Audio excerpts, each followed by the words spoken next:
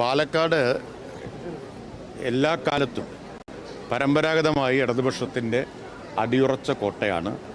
ഈ തദ്ദേശ തെരഞ്ഞെടുപ്പിലും അതിന് ഒരു ഉലച്ചിലും സംഭവിച്ചിട്ടില്ല. അതുകൊണ്ട് പ്രചരണങ്ങൾ പലതും നടക്കും.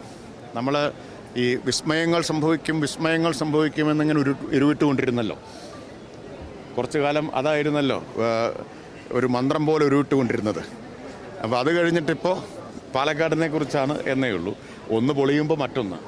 അപ്പോൾ ഇപ്പം പക്ഷെ ജനങ്ങൾക്കറിയാൻ താല്പര്യമുള്ള കാര്യം ശബരിമലയെക്കുറിച്ച് എന്താണൊന്നും മിണ്ടാത്തത് എന്നാണ്. എന്തുകൊണ്ടാണ് ശബരിമല ഇപ്പോൾ മാധ്യമങ്ങളുടെ ഒന്നാം പേജിൽ നിന്ന് പതുക്കെ പിന്നിലേക്ക് പോകുന്നത് എന്നതാണ്. ആ പാരഡി പാട്ട് ഞാൻ കുറച്ചു കാലമായി ചോദിക്കുന്നു, വീണ്ടും പാടുമോ എന്ന്. ഒരു മറുപടിയും വരുന്നില്ല. അതാണ് ജനങ്ങൾക്കറിയേണ്ട കാര്യം. ഈ വിസ്മയത്തെക്കുറിച്ച് പറഞ്ഞപ്പോൾ VSന്റെ പേഴ്സണൽ സ്റ്റാഫിനെ മലമ്പുഴ മത്സരിപ്പിക്കാൻ നീക്കമുണ്ടെന്ന് കേൾക്കുന്നു. അദ്ദേഹം CPMന്റെ അംഗം കൂടിയല്ല. ഞാൻ ഈ കേൾക്കുന്ന കാര്യങ്ങളോടൊക്കെ പ്രതികരിക്കാൻ നിന്നാലത്തെ സ്ഥിതി എന്തായിരിക്കും? സോണിയാഗാന്ധി ജോസ് കെ മാണിയെ വിളിച്ചു എന്ന് കേട്ടല്ലോ, അല്ലെങ്കിൽ നിങ്ങളെല്ലാം കൂടി കേൾപ്പിച്ചല്ലോ. അല്ലല്ല, ഞാൻ പറഞ്ഞത് കേൾപ്പിച്ചല്ലോ. അവസാനം ശ്രീ ജോസ് കെ മാണി വന്ന് സത്യം പറഞ്ഞില്ലേ? പിന്നെ നിങ്ങൾ ആരെങ്കിലും ഒരു അക്ഷരം മിണ്ടിയോ?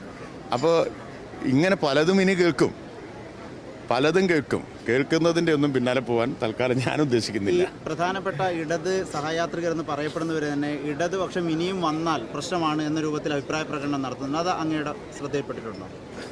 ഇടതുപക്ഷം അങ്ങനെ പറഞ്ഞു എന്ന് നിങ്ങൾ പറഞ്ഞ പലരും ഞങ്ങൾ അങ്ങനെയല്ല ഉദ്ദേശിച്ചതെന്ന് വ്യക്തത വരുത്തിയിട്ടുണ്ട്. ഇടതുപക്ഷം ഇനിയും വന്നാൽ ഉണ്ടാകാവുന്ന പ്രശ്നം എന്താ? 5 ലക്ഷം ആൾക്ക് ഇപ്പോൾ വീട് കൊടുത്തു. ഇനി ഒരു 5 ലക്ഷം പേർ കൂടി കൊടുത്താൽ അതൊരു വലിയ പ്രശ്നമാണോ? ഇന്നിപ്പോൾ നമ്മൾ സ്ത്രീ സുരക്ഷാ പദ്ധതി ഉദ്ഘാടനം ചെയ്തിട്ടാണ് ഇരിക്കുന്നത്. 32 ലക്ഷം പേർക്ക് അതിൻ്റെ ആനുകൂല്യം കിട്ടുകയാണ്. അതാണോ ഇടതുപക്ഷം വീണ്ടും വന്നാലുള്ള പ്രശ്നം? അതുപോലെ മുടക്കമില്ലാതെ 62 ലക്ഷം പേർക്ക് 2000 രൂപ പെൻഷൻ കിട്ടുകയാണ്. പണ്ട് 18 മാസത്തെ കുടിശ്ശികയാണ് UDF വന്നപ്പോൾ ഉണ്ടായിരുന്നത്. ആ കുടിശ്ശിക തീർത്ത് പെൻഷൻ 2000 ആക്കിയത് പ്രശ്നമാണെങ്കിൽ പ്രശ്നം തന്നെയാണ്. അതാണ് പ്രശ്നമെങ്കിൽ അത് പ്രശ്നമാണ്. അപ്പം ഞങ്ങൾ പിന്നെ കഴിഞ്ഞ 10 കൊല്ലം ഇന്ത്യയിൽ എല്ലായിടത്തും വർഗീയ സംഘർഷങ്ങളും കലാപങ്ങളും ഉണ്ടായപ്പോൾ ഒരു വർഗീയ സംഘർഷം പോലും ഇല്ലാതെ കേരളത്തെ കാത്തത് ഒരു പ്രശ്നമാണെങ്കിൽ ആ പ്രശ്നം തൽക്കാലം അവർ സഹിക്കേണ്ടി വരും. ഒരു തവണ കൂടി LDF സർക്കാർ വന്നാൽ അതൊരു ദുഷിപ്പായി മാറുമെന്നൊരു നരേറ്റീവ് പ്രതിപക്ഷം ഉണ്ടാക്കുന്നതാണോ? അങ്ങനെ ഒരു നരേറ്റീവ് ഉണ്ടല്ലോ പൊതുവിൽ. അല്ല, ഈ 10 കൊല്ലത്തെ ഇടതുപക്ഷ ഭരണം നമ്മുടെ മുമ്പിലുണ്ടല്ലോ. 2 തവണ വന്നിട്ട് എന്നിട്ടുണ്ടായ കാര്യങ്ങളാണ് ഞാനീ പറഞ്ഞത്. 2 തവണ വന്നപ്പോൾ 5 ലക്ഷം ആൾക്ക് വീട് കൊടുത്തത് മോശം കാര്യമാണെങ്കിൽ അവർ പറയട്ടെ. നോക്കൂ, പെൻഷൻ 2000 ആക്കി കൂട്ടിയത് ഒരു ദുഷിപ്പാണെങ്കിൽ അവർ പറയട്ടെ. അതുപോലെ സ്ത്രീ സുരക്ഷാ പദ്ധതി നടപ്പാക്കുന്നത് ഒരു ദുഷിപ്പായിട്ടാണ് അവർ കണക്കാക്കുന്നതെങ്കിൽ, ജനങ്ങൾക്ക് ആനുകൂല്യം കൊടുക്കുന്നത് ദുഷിപ്പാണെങ്കിൽ അത് വ്യക്തമായിട്ട് പറയാൻ തയ്യാറാവട്ടെ. കേരളത്തിലെ സർക്കാർ സ്കൂളുകൾ മുഴുവൻ ലോക നിലവാരത്തിലേക്ക് ഉയർത്തുന്ന അടിസ്ഥാന സൗകര്യ വികസനത്തിൽ ആ നിലയിൽ ഉണ്ടായ മാറ്റം ദുഷിപ്പാണെങ്കിൽ അങ്ങനെ പറയട്ടെ. ആരോഗ്യ മേഖലയിലുണ്ടായിട്ടുള്ള മാറ്റം അതൊരു ദുഷിപ്പാണോ?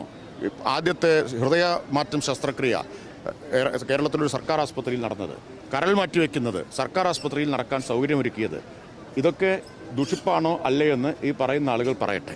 എന്താണ് ഇടതുപക്ഷ ഗവൺമെൻറ്റിൻ്റെ ഭാഗത്തുനിന്നുണ്ടായ വീഴ്ച? ആശാസമരം നടക്കുമ്പോൾ വലിയ കോലാഹലം ഇവിടെ ഉണ്ടായിരുന്നല്ലോ. ആശാസമരം യഥാർത്ഥത്തിൽ എന്തിനു വേണ്ടിയിട്ടായിരുന്നു? വേതന വർധനവിന്. ആശ ആരുടെ പദ്ധതിയാണ്? കേന്ദ്ര പദ്ധതിയാണ്.